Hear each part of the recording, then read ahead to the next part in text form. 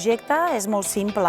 Consisteix en que a l'hora de música, els alumnes de segon d'ESO... Jo em dic Sofian, soc de segon d'ESO, estic en el projecte Música per recordar. Preparen unes cançons teatralitzades, dramatitzades, unes cançons que siguin de l'època més o menys que encaixi amb els avis usuaris de l'Alzheimer, que els hi puguin agradar. Anem a ajudar a la gent que té Alzheimer a fer-los recordar com eren de petits, ensenyant-los les músiques que tenien ells. Els assagem, expliquem els autors, els interpretem i llavors, cada 15 dies, anem al centre Alzheimer. Quan vas allà balles, cantes i és molt bonic. Amb ells he après moltes coses que no sabia, sardanes, balls, cançons de la seva època. Ho fem d'una manera que sempre busquem que cada cançó la gent gran pugui participar d'alguna manera. A mi aquest projecte me transmet il·lusió, alegria, felicitat. Veure aquests nens d'aquesta edat que a més s'entusiasmen ballant un vals o un bolero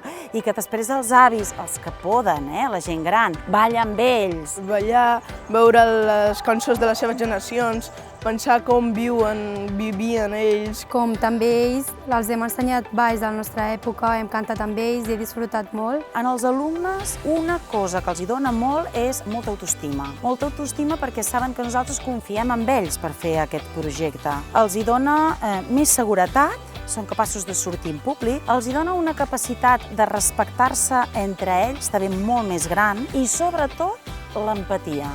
Eren alumnes que veien una persona gran i era com un planeta diferent. No tenen com gent de la nostra edat amb ells i quan ens trobem amb ells es motiven. Llavors ara són capaços d'estimar la gent gran, emocionar-se amb un somriure, són capaços tranquil·lament d'agafar-li la mà a un avi. T'agafen de la mà, quan surtes et donen petons i abraçades. Per als avis crec que significa felicitat, molta felicitat. Són capaços de recordar, de memoritzar cançons, d'agafar la tonada... És a dir, totes les ordres bàsiques de disciplina que necessitem les han adquirit. El fet que sentin que algú els necessita, això en ells els omple moltíssim. La part del premi ha sigut... és que no tinc paraules, perquè clar, aquests alumnes penseu que no estan acostumats a que els felicitin. És un grupet, com a tots els centres, que estan acostumats a que són el grup que hi ha més càstigs, més expulsions. Per ells ha sigut un veritable bàlsam que els hi ha donat forces per entendre que qualsevol esforç té el seu premi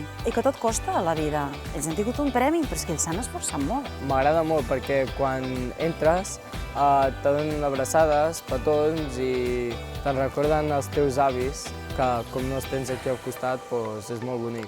Fer un moment feliç als avis que tenen Alzheimer i estan a asil. És fantàstic, és molt emocionant. M'agrada molt anar a passar temps amb ells i quan marxem tinc la il·lusió de tornar una altra vegada.